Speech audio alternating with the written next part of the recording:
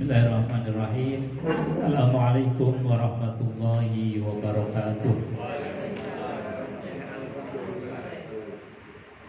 Bismillah, innal hamdalillah nahmaduhu wa nasta'inuhu wa nastaghfiruh wa na'udzu billahi min shururi anfusina wa sayyiati a'malina may yahdihillahu fala mudilla lahu wa may yudlil fala hadiya lahu. Rabbi shrah li sadri wa yassir li amri wahlul 'uqdatam min lisani yafqahu qawli amma ba'd. Qala Allah ta'ala fi kitabil karim wa huwa asdaqul qailin. A'udzu billahi samil 'alim minasyaitonir rajim.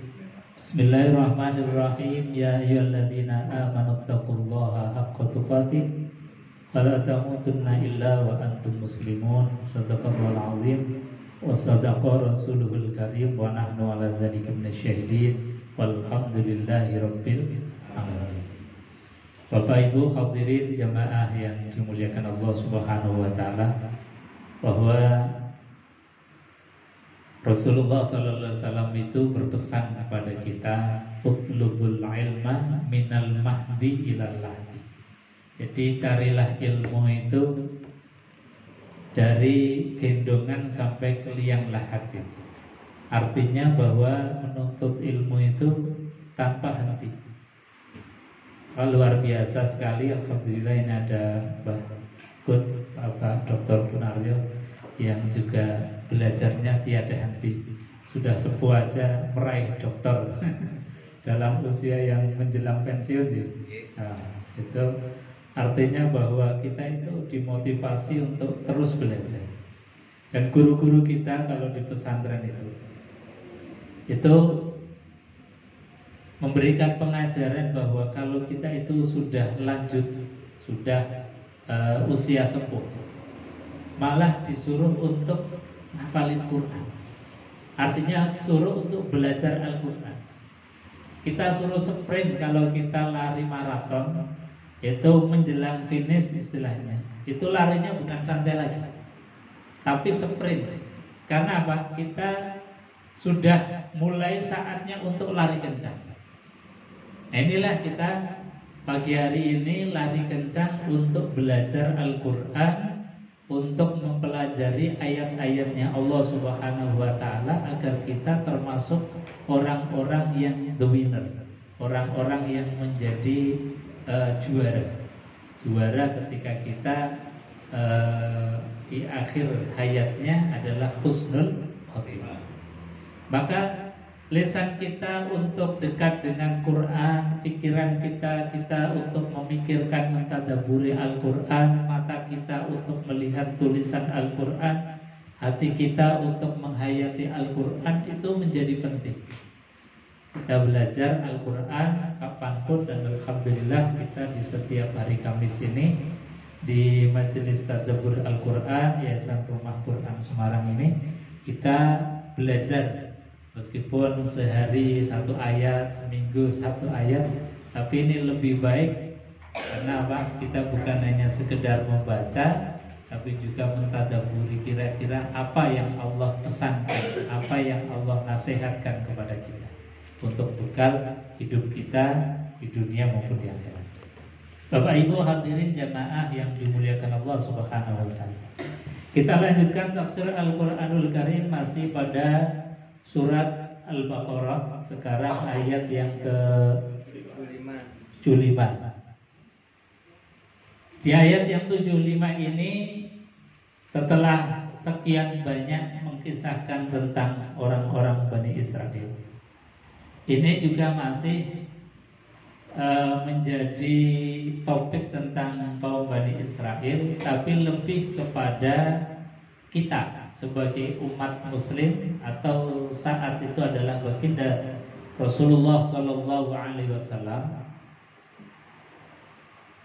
Nabi Sallallahu Alaihi Wasallam itu kan punya harapan besar ketika diangkat menjadi Nabi Rasul, yang saat itu tidak ada orang yang percaya terhadap Allah, tidak ada yang kenal dengan Allah. Setelah Nabi Sallallahu Alaihi Wasallam itu diangkat menjadi Nabi dan Rasul, baru banyak orang mengenal Allah Subhanahu wa Ta'ala, zat yang menciptakan kita. Nah, Nabi itu punya keinginan yang sangat kuat, bahkan dakwahnya Rasulullah tidak berhenti. Maka kuatnya himmah, keinginan Rasulullah SAW itu tercatat di dalam surat Asy-Syu'ara ayat 3. La'allaka bakhi'un nafsaka alla yakunu mu'minin. Ini keinginan Rasulullah SAW yang begitu kuat, sampai-sampai digambarkan la'allaka bakhi'un nafsak, seolah-olah Nabi itu menganiaya diri sendiri atau menyakiti sendiri-sendiri. Alla yakunu mu'minin, padahal mereka itu tidak beriman. Saking senangnya atau penginnya Rasulullah supaya orang itu pada beriman semua. Sampai-sampai Nabi itu tadi seolah tidak mempedulikan dirinya sendiri. Yang penting umat kenal dengan Allah, yang penting umat kenal dengan Tuhannya. Itu Nabi senang sekali, sampai tidak menghiraukan terhadap dirinya sendiri.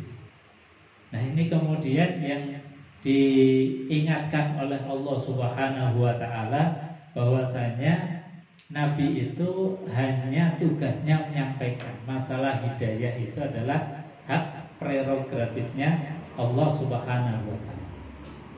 Maka di ayat yang ke-75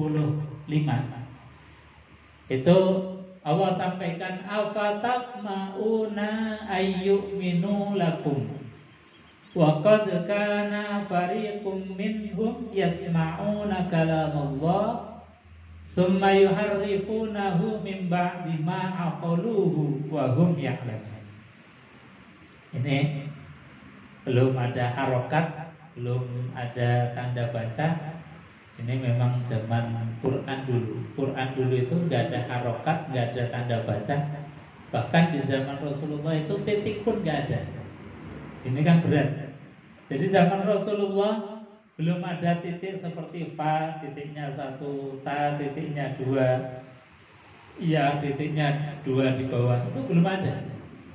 Jadi masih tulisan asli lekuk-lekuk gini toh. Ini kan pasti kita susah untuk membaca. Orang Arab saja itu belum ada harokatnya, itu pasti akan susah, apalagi orang ajam seperti kita. Nah, kemudian ada mulai tanda titik 1 ada fa yang ada bunternya, titik 2 ta, titik 1 di atas nun, kemudian titik 2 di bawah ya. Ini baru ada. Belum ada syakal atau harokat. Harokat kemudian muncul itu setelah ada tanda titik ini. Kok masih susah juga orang itu untuk membaca Quran. Akhirnya ada ulama yang kemudian memberikan ilmu tanda baca harokat. Ada fathah, ada kasroh, ada dhamma, ada sukun, ada tanwin, ada tasdid dan lain sebagainya. Itu baru belakangan. Jadi baca Quran ini seperti ini, yang ada titik, yang ada harokat, itu sebetulnya kalau dalam bahasa populer sekarang namanya bid'ah. Namanya apa? Bid'ah. Nah, makanya kalau kita misalnya mau mengkanter tentang bid'ah, dikit-dikit bid'ah, maka jenengan baca Quran enggak? Kalau bilang baca Quran, Quran yang mana? Quran yang ini bid'ah. Karena apa? Dulu baca Quran ya belum dibukukan seperti ini. Bahkan tulisan Quran itu juga belum ada titik, belum ada harokat. Maka diantara bekal kita untuk jawab yang biasa dikit-dikit bid'ah itu seperti itu. Kita tanya balik, panjenengan biasa baca Quran enggak? Baca Quran yang mana? Kalau Quran menunjukkan ini di zaman Rasulullah enggak ada. Kalau enggak ada berarti bid'ah. Kalau kemudian baca tulisan yang ada harokatnya, itu juga bid'ah, sama bid'ah. Nah, sama kalau kita itu misalnya menghadapi orang semacam itu yang dikit-dikit bid'ah, tanyakan panjenengan sekolah boten? Yang dijawab sekolah. Kira-kira nabi mana yang pernah sekolah? Belajar bahasa Inggris. Jadi sesuatu yang tidak dicontohkan atau tidak dilakukan oleh Rasulullah tidak serta-merta kemudian menunjukkan arti larangan. Makanya ada kaidah di dalam hukum usul fiqh atau ilmu usul fiqh. Itu at-tarku la yadullu ala man'i. At-tarku sesuatu yang ditinggalkan oleh Nabi, belum dilakukan oleh Nabi, tidak serta-merta menunjukkan arti larangan. Jadi makna bid'ah itu bukan semua yang tidak dilakukan oleh Nabi, tapi semua yang tidak dilakukan oleh Nabi yang bertentangan dengan dasar-dasar hukum baik am maupun khos. Jadi dalil atau hukum itu kan ada amud dalalah, ada khosud dalalah, ada dalil umum dan dalil khusus. Kalau dalam bahasa hukum modernnya atau hukum positifnya ada yang disebut sebagai hukum umum, ada hukum yang khusus. Jadi lex generalis dan lex spesialis. Tidak mungkin kemudian kita minta yang lex spesialis terus, nggak mungkin. Karena kalau Quran itu hukumnya yang spesial, yang khusus terus, Quran itu nggak cukup dengan 30 juz. Pasti Qurannya itu berjuz-juz. Kenapa Quran hanya mencukupkan dengan 30 juz? Karena 30 juz itu sudah mencakup kesemuanya dengan adanya hukum yang sifatnya lex generalis atau amud dalalah, hukum yang sifatnya umum.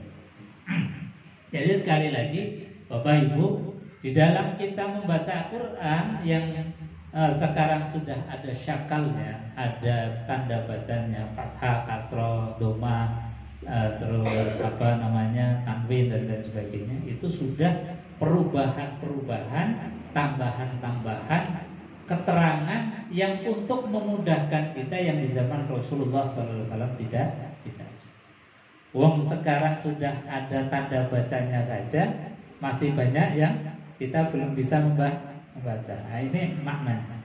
Jadi afatat mauna ayyuminu lakum. Afatat mauna, ini satu kalimat istifham, pertanyaan. Afatat mauna asal kata dari toma, toma'a. Pernah mendengar kata toma, Bu? Toma, ya. Biasanya kalau di Indonesia kan menjadi tama.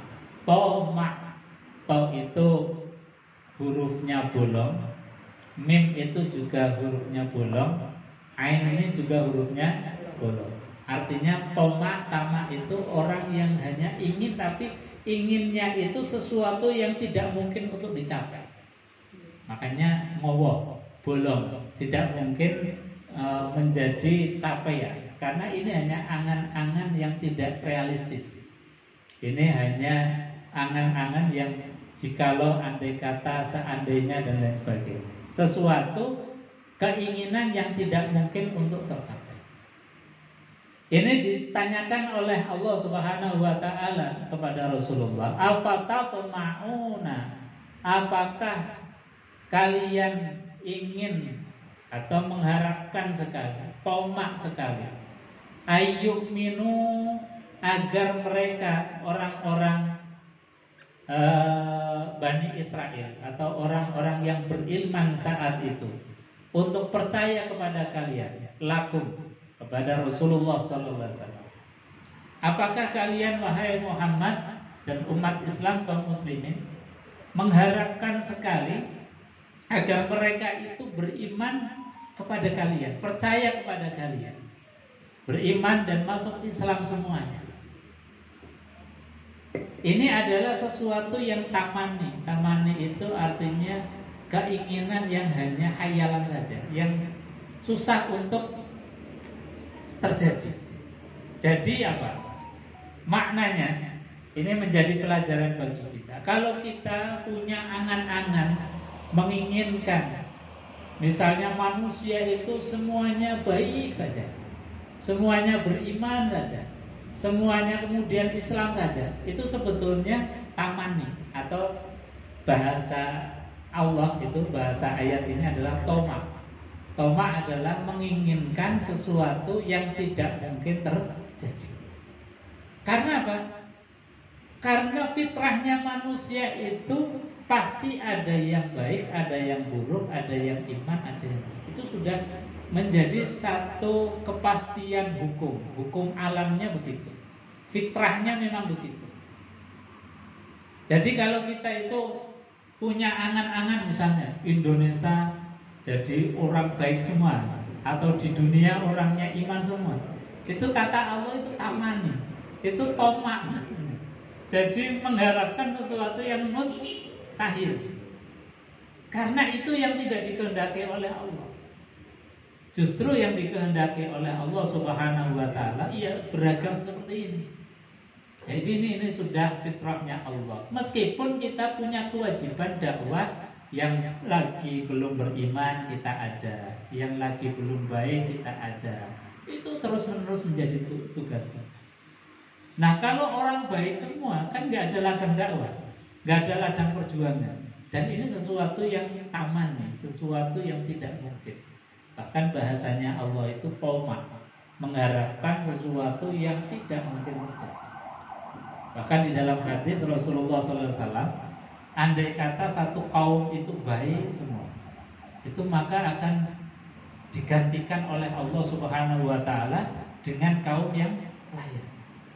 Artinya kalau orang baik semua itu sudah selesai, dan dunia ini nggak akan dinamis lagi.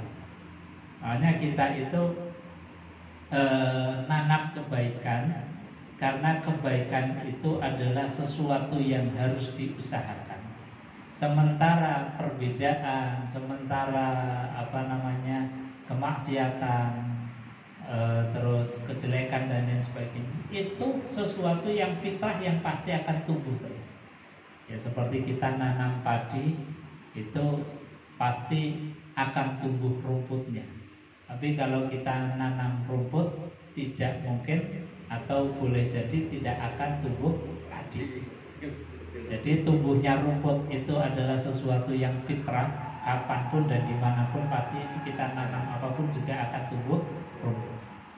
Nah, seperti hukum alamnya misalnya, ada sesuatu yang di atas, kemudian gelinding ke bawah. Ini kan sesuatu hukum alam. Apapun yang di atas itu pasti gampang untuk gelinding ke bawah. Tapi tugasnya kita apa? Tugasnya kita adalah membuat remnya itu supaya kita nggak gelundung. Itu kita bikin rem. Jadi gelundungnya itu sebagai hukum fitrahnya Allah. Kita diberikan akal untuk membuat rem tadi. Seperti kita punya keikhlasan, kita punya sifat sabar. Itu sebetulnya rem yang kita buat, bukan pemberian. Makanya kita harus belajar bagaimana untuk sabar, bagaimana untuk ikhlas. Karena apa? Sabar ikhlas bukan pemberian Allah, tapi sabar ikhlas itu adalah sesuatu yang diusahakan oleh kita. Sementara tadi kita itu kadang sifat marahnya. Nah, marah yang itu adalah sesuatu yang memang hukum alamnya begitu. Orang yang tersinggung pasti marah, orang yang dizalimi pasti marah. Tapi harusnya kita punya rem tadi, punya rem, punya sifat sabar, punya sifat ikhlas. Dan ini kalau orang tadi mengikuti hanya hukum alam, maka kita tidak akan mendapatkan alam. Nah, kembali kepada sifat tamak ini. Sifat tamak mengharapkan kebaikan atau supaya mereka beriman, percaya kepada Nabi Muhammad. Semua itu dikatakan oleh Allah adalah tamak. Jadi orang yang tamak serakah, karena Allah nggak menginginkan itu. Bahkan Allah mengatakan di dalam Al-Quran, andai kata aku ingin membuat umat wahidah menjadi satu umat, itu kata Allah bisa. Walakin liyabluwakum fima atakum fastabiqul khairat. Tapi enggak itu yang aku inginkan, kata Allah. Aku enggak ingin semua umat itu jadi satu, beriman semua atau jadi orang yang maksiat semua, enggak ingin. Tujuannya apa? Kata Allah, fima atakum, karena di dalamnya aku datangkan kepada kalian fastabiqul khairat, untuk lomba-lomba di dalam kebaikan. Maka dari itu, kalau kita sudah punya konsep kesadaran ini bahwa perbedaan keragaman itu adalah fitrahnya Allah, maka sebetulnya kita hendaknya harus punya empati, rasa care ketika ada orang kok belum beriman. Jadi bukan kemudian memusuhi, menjauhi, tapi justru kok iya ono ya wong sing gelem istilahnya ditakdir jadi wayang yang wayang jelek. Kan sebetulnya orang itu nggak ada orang yang pengen ditakdir menjadi pecundang. Pengennya jadi semuanya the winner, pengennya semua jadi orang sukses. Tapi nyatanya dalam fakta lapangan banyak orang yang tidak sukses, banyak orang yang dalam kegelapan, banyak orang yang dalam kezaliman. Nah, itu semua sebetulnya lagi menjalani takdirnya Allah. Maka orang yang punya empati sebetulnya punya rasa welas kasihan. Kok yo apa dia memilih jalan itu, padahal ada jalan yang lain. Ini kemudian muncul empati dari itu. Nah, ini diingatkan oleh Allah karena tadi Rasulullah SAW menginginkan sekali bahwa mereka itu semuanya beriman.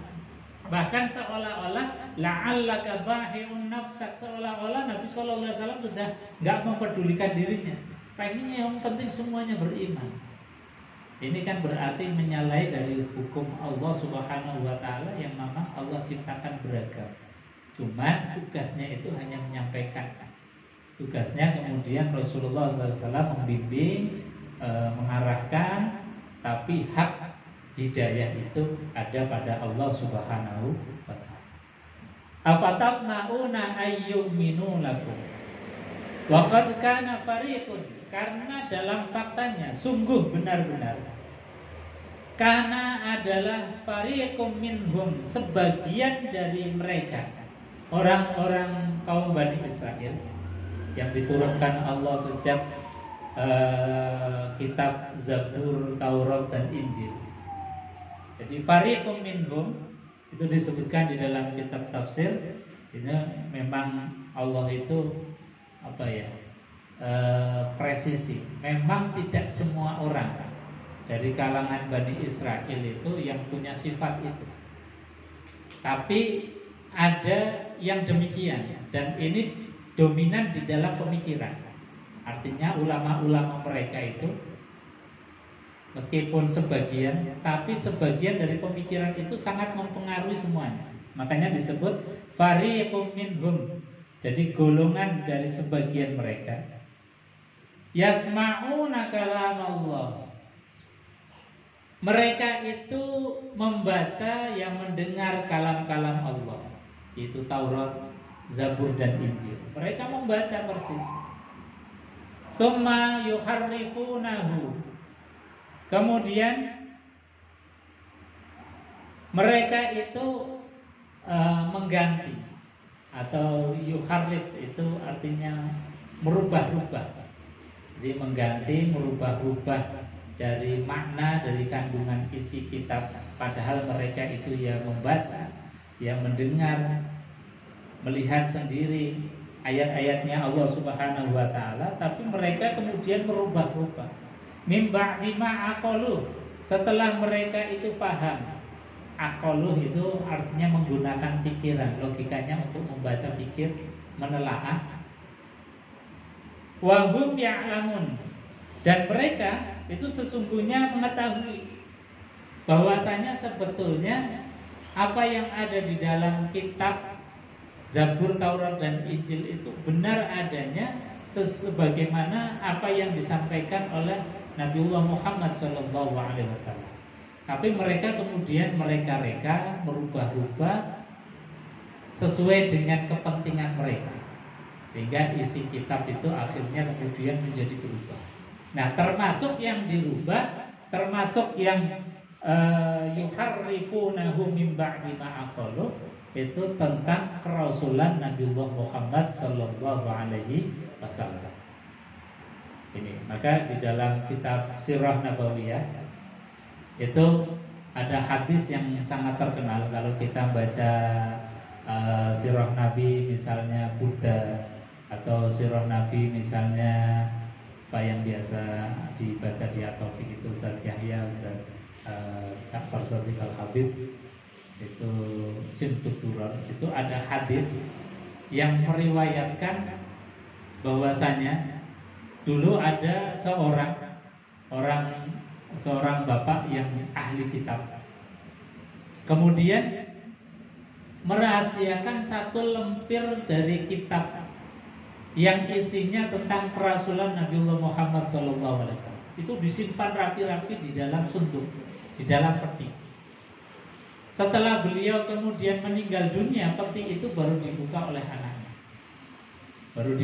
anaknya. Ternyata bahwa lempiran yang disimpan yang tidak diajarkan kepada orang lain, yang tidak diajarkan kepada anaknya, itu adalah lempiran tentang kehadiran Rasulullah atau kelahiran Rasulullah dan diangkatnya Rasulullah menjadi Nabi dan Rasul terakhir. Ini disimpan karena mereka menganggap bahaya kalau ini kemudian tetap diajarkan kepada orang-orang, maka mereka pasti mengikuti Nabi Muhammad SAW. Jadi berita ini sampai kemudian disembunyikan rapi-rapi, tidak disampaikan. Padahal mereka tahu persis. Mereka tahu bahwa di dalam Taurat, Zabur dan Injil itu dikabarkan bahwa nanti akan ada Nabi akhir zaman. Bahkan di dalam Quran itu disebutkan mim ba'dismuhu Ahmad.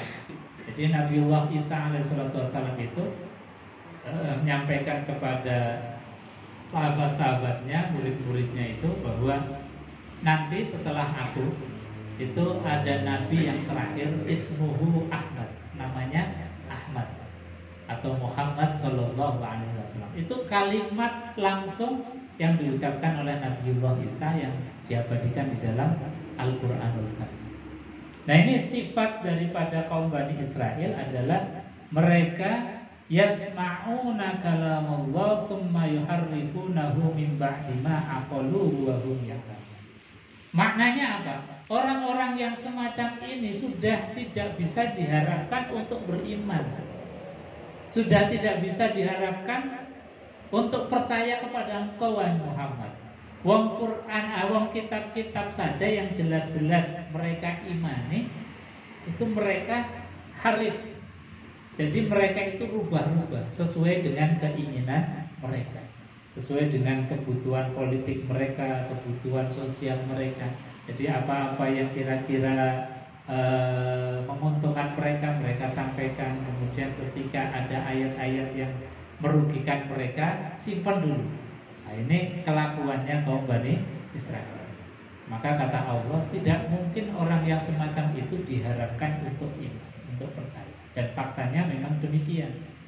Orang-orang itu kemudian lempiran-lempiran yang ada ada cerita tentang Nabi Muhammad SAW itu disembunyikan rapat. Makanya di Quran itu kan ada ayat yang sangat lugas menceritakan gambaran mereka kaum Bani Israel. Jadi alladzina atainahumul kitab, alladzina atainahum, yaitu orang-orang ataina yang kami berikan kepada mereka Alkitab, yaitu kitab Zabur, Taurat dan Injil. Ya'rifunahu, ini luar biasa. Kata Allah ya'rifu.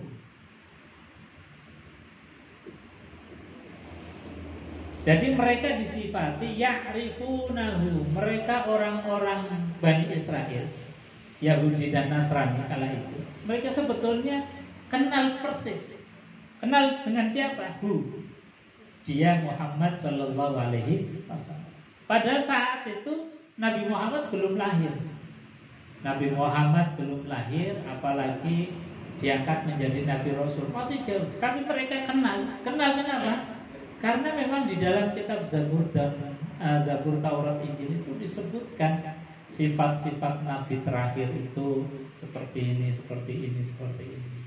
Gambaran fisiknya seperti ini, seperti ini. Dilahirkan sudah dalam keadaan yatim piatu. Kemudian wajahnya itu setiap kali orang melihat itu pasti tertarik. Karena apa? Ucapannya sangat lemah lembut, kalimatnya itu menyejukkan. Kalau memandangnya, dipandang itu nyenengke. Kalau beliau memandang juga menyejukkan. Kalau berjalan di tempat panas itu kemudian diiupi, dinaungi oleh awan-awan. Kemudian tidak ada hewan yang pernah hinggap di badan beliau senantiasa wangi. Ini adalah yang diceritakan di dalam kitab Taurat, Zabur dan Injil. Makanya Al-Imam An-Nawawi itu menukil dari beberapa ciri-ciri irhasul nubuwah Nabi Muhammad yang ada di dalam kitab Zabur, Taurat dan Injil itu dikutip dalam kitab namanya Marokil Ubudiyah. Itu sifat-sifat Rasulullah SAW yang mulai dari Nabi tadi, kalau berjalan tidak ada bayangannya. Ya bagaimana mungkin ada bayangan kalau kepanasan itu kemudian dinaungi oleh awan. Jadi nggak pernah ada bayangannya. Nah, para ulama menyebutkan kenapa nggak ada bayangannya? Karena Allah nggak ingin bahwa Rasulullah SAW itu dihinakan, diinjak-injak. Meskipun itu yang diinjak adalah bayangannya. Jadi bayangannya diinjak saja, Allah nggak rela kalau Rasulullah SAW itu dihinakan dengan ini. Nah, kalau bayangan kita kan, kalau upacara sudah bayangan kita diinjak orang banyak. Ini Rasulullah SAW. Jadi kalau jalan di tempat panas itu dinaungi. Hanya ketika Nabi SAW kecil remaja itu kan ngikut paman beliau. Jadi muhibah berdagang dari Mekah ke Syam. Itu belum sampai ke tempat, itu ada pendeta yang tahu persis tentang Alkitab, yang melihat ciri-ciri ini, kok anak nggak seperti anak kebiasaan atau anak kebanyakan. Jalan di tempat panas kok awan itu ngikuti terus. Kemudian wajahnya itu juga bersinar, pandangan matanya menyejukkan, auranya luar biasa. Ini beliau sudah melihat ini kok anak kayaknya bukan sembarangan anak. Ditanyakan kepada pamannya, wahai si Fulan, apakah ini anakmu? Nah, Abu Thalib ini mengatakan, ya ini anakku. Jadi rasanya kemudian gelo. Rasanya gelo itu apa? Kecewa. Kecewa benar. Kecewanya apa? Karena Nabi terakhir itu pasti yatim piatu. Kok ini ada orang ngaku bapaknya? Jadi kecewa betul. Karena semua irhas, semua tanda-tanda kenabian itu sudah ada pada Nabi Muhammad kecil. Ketika ditanyakan ini anaknya jenengan, dijawab iya, kecewa banget. Karena hanya satu ini yang kemudian cirinya itu tidak sesuai dengan apa yang ada di dalam. Akhirnya diterangkan bahwa ini kok kayaknya irhas, ciri-ciri kenabian. Tapi hanya satu, bahwa cirinya Nabi itu dari lahir itu sudah yatim piatu. Nah, baru kemudian Abu Thalib mengatakan jujur, ya memang ini bukan anak kandung saya, tapi ini ponakan. Baru ini senangnya luar biasa. Senangnya luar biasa karena semua ciri-ciri itu tepat, nggak ada satupun yang meleset. Akhirnya apa? Disarankan untuk dibawa pulang lagi. Bawa pulang lagi karena apa?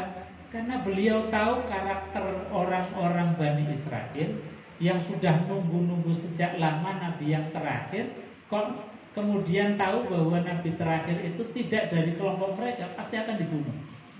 Makanya disarankan ini untuk dibawa pulang. Akhirnya Muhammad kecil ini balik lagi, pulang lagi ke Mekah, tidak jadi melanjutkan perjalanan ke Syam. Nah, ini karena beliau tahu tentang Alkitab, juga tahu tentang karakteristik kaum Bani Israel, sehingga supaya ini aman terjaga, jangan sampai dibunuh, karena mereka itu pasti nggak akan terima. Karena tadi mereka itu ya'rifunahu, mengenal persis betul. Mengenalnya seperti apa? Gambarannya kama ya'rifuna abna'ahu. Ini dia ada dalam Quran. gambaran kenalnya orang-orang Yahudi, Nasrani, Bani Israel kala itu, kenal Nabi Muhammad itu sampai sedetail itu. Kama ya'rifuna abna'ahum, seperti mereka mengenal anaknya sendiri. Itu kan detail. Kita kenal dengan anak itu satu persatunya, meskipun anak kita banyak misalnya, itu detail. Oh, anak yang pertama Bajeng itu sukanya gini, temannya ini gini, kemudian hobinya seperti ini. Kalau bangun biasanya jam segini, mainnya dengan siapa, kita detail tahu. Perilaku, sifatnya tahu persis. Nah, itu yang disematkan kepada kaum Bani Israel. Kata Allah, ya'rifunahu kama ya'rifuna abna'ahum. Mereka kenal dengan Nabi Muhammad itu seperti mereka kenal dengan anaknya sendiri. Sangat-sangat detail. Nah, pertanyaannya, kenapa mereka kemudian setelah Nabi lahir, setelah Nabi diangkat menjadi Nabi dan Rasul, kok malah mereka itu nggak terima, bahkan memusuhi, bahkan mau membunuh Rasulullah SAW? Ya, jawabannya yasma'una kalamullah tsumma yuharrifunahu min ba'di ma aqaluhu wa hum ya'lamun. Mereka sebetulnya itu ya mendengar, mereka itu melihat, percaya percaya kepada Nabi Muhammad bahwa Nabi itu seorang Nabi dan Rasul, tapi karena kepentingan duniawinya itu mereka jadi susah, jadi terhambat oleh Nabi, maka kemudian mereka menolak kenabian Rasulullah SAW. Jadi seringkali orang menolak kebenaran itu bukan dia tidak percaya terhadap kebenaran, tapi orang menolak kebenaran itu biasanya karena punya penyakit hati yang namanya hasud. Nah, jadi penyakit hasad ini seringkali menjadi sesuatu yang sangat bahaya, bahkan bisa raddul haq, menolak kebenaran. Gara-gara apa? Ada penyakit dalam hati yang namanya hasud. Makanya kata Rasulullah SAW, ala ingatlah olehmu sekalian bahwasanya ada penyakit yang berbahaya namanya al-hasad. Fa innal hasada, karena sesungguhnya penyakit hasud ini itu takulun nar al-khataba, itu gambarannya seperti api yang memakan kayu bakar. Jadi kebaikan apapun, kita punya kebaikan sebanyak apapun, kalau punya penyakit hasad, ini sedikit demi sedikit itu hangus. Sedikit demi sedikit kebaikan kita itu rontok, hangus, tidak ada bekasnya sama sekali. Ini penyakit hasad. Makanya penyakit hasad ini penyakit yang sangat berbahaya, yang harus kita kemudian berlindung darinya. Kita diajarkan oleh Allah di dalam Al-Quranul Karim, itu surat Al-Falaq, Qul a'udzu birabbil falaq min syarri ma khalaq wa min syarri ghasiqin idza waqab wa min syarri naffasati fil 'uqad wa min syarri hasidin idza hasad.